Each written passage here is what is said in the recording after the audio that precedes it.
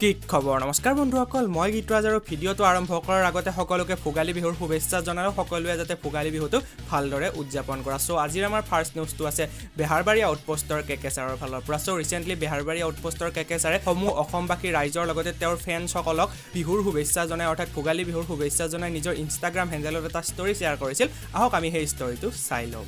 ওই টেকেলি পৰিলে খালত সমনীয়া টেকেলি পৰিলে খালত এ মাকে জীয়েকে আকৌ দেই এ মাকে জীয়েকে বিহু চাই আহোঁতে দুয়োজনী পৰিলে খালত ৰহিমলা ৰৈ ৰৈ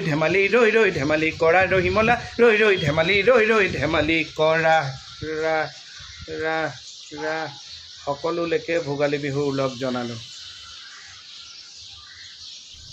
হয়তো আপোনালোকে ভিডিঅটো চাই গম পালে যে তেওঁ সমূহ অসমবাসী ৰাইজক কেনেদৰে ভোগালী বিহুৰ শুভেচ্ছা জনালে লগতে ময়ো মোৰ চেনেলত প্ৰথমটো ব্লগিং ভিডিঅ' আপলোড কৰি দিছোঁ য'ত মই দেখুৱাইছোঁ বেহাৰবাৰী আউটপোষ্ট কেনেদৰে শ্বুটিং কৰা হয় যদি আপোনালোকে এতিয়ালৈকে মোৰ ব্লগিং ভিডিঅ'টো চোৱা নাই নিশ্চয়কৈ চাই ল'ব পাৰে আৰু সেই ভিডিঅ'টোত আপোনালোকে মোক বহুত বেছি মৰম দিছে তাৰ কাৰণে ভাই সকলোকে বহুত বেছি ধন্যবাদ আগবাঢ়িছোঁ নেক্সট নিউজটোলৈ এতিয়া মই কথা পাতিবলৈ যাই আছোঁ অসমৰ ৰিপুনৰ বিষয়ে বেছিকেলি তেওঁ এজন অসমীয়া ইউটিউবাৰ যাৰ ইউটিউব চেনেলত উইথ অভাৰ 25K প্লাছ সাবস্ক্ৰাইবাৰ্স আছে সো ৰিসেন্টলি এও নিজৰ ইনষ্টাগ্ৰাম হেণ্ডেলত কিছুমান ষ্টৰী শ্বেয়াৰ কৰিছিল য'ৰ পৰা আমি জানিবলৈ পাৰিছোঁ যে তেওঁৰ কোৰ্ট মেৰেজ হৈ গৈছে পূজাৰ লগত আহক তেওঁৰ ইনষ্টাগ্ৰাম হেণ্ডেলৰ ষ্টৰী কেইটামান সৰু সৰু ক্লিপ চাই লওঁ আৰু গুড মৰ্নিং আজি বহুত ভাল দিন মোৰ কাৰণে বিকজ মই আৰু পূজা আজি গৈছোঁ কোৰ্ট মেৰেজৰ কাৰণে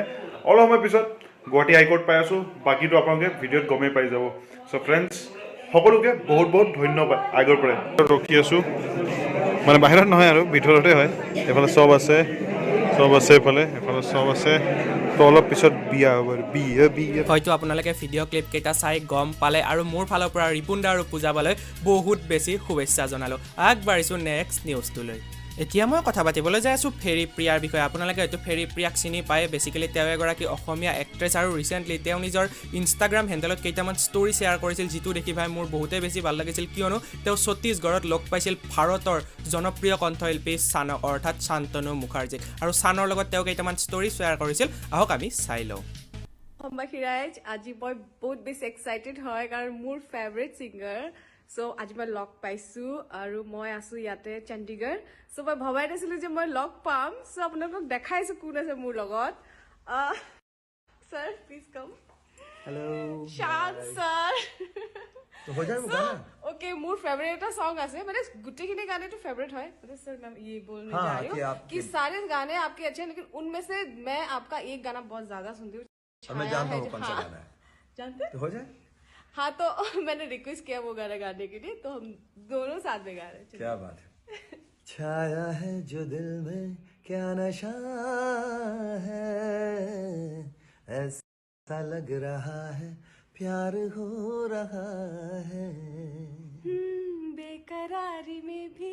कितना मजा है